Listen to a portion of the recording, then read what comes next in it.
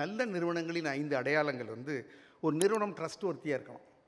நம்ம ஒரு பிஸ்னஸ் பண்ணுறோம், அவங்களோட ஒரு வியாபார தொடர்பில் இருக்கிறோன்னா ஒரு ட்ரஸ்ட் ஒர்த்தி, டிரான்ஸ்பரன்சி, வெளிப்படைத்தன்மை இருக்கணும். என்ன செய்கிறாங்க, யாருக்கு கொடுக்குறாங்க, எப்படி நடத்துகிறாங்க, அந்த விஷயங்களில் வெளிப்படைத்தன்மை வேண்டும்.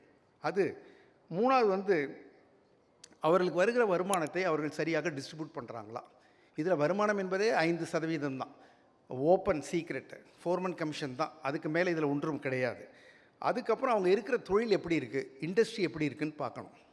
இந்த தொழில் எந்த காலத்திலும் தேவைப்படுற ஒரு எவர் கிரீன், ஒரு ஃபாஸ்ட் மூவிங் கன்சியூமர் குட்ஸ் மாதிரி சீட்டு என்கிற தொழில் எப்பயுமே தேவைப்படுகிற ஒரு தொழில். அதற்கு மாற்றே கிடையாது. பாதுகாப்பாக இருக்கா, நம்ம கொடுக்குற பணம், இது சீட்டுகளுக்கே ஒரு இயற்கையான பாதுகாப்பு உண்டு. அவங்க என்ன சீட்டு போடுறாங்களோ அந்த அளவுக்கு ஒரு பணத்தை டெபாசிட் பண்ணி கொண்டே ரெஜிஸ்டர் ஆஃபீஸில் கொடுத்துடணும். அது சீட்டுகள் முறையாக நடத்துகிற நிறுவனங்கள் அதை பண்ணுறாங்க.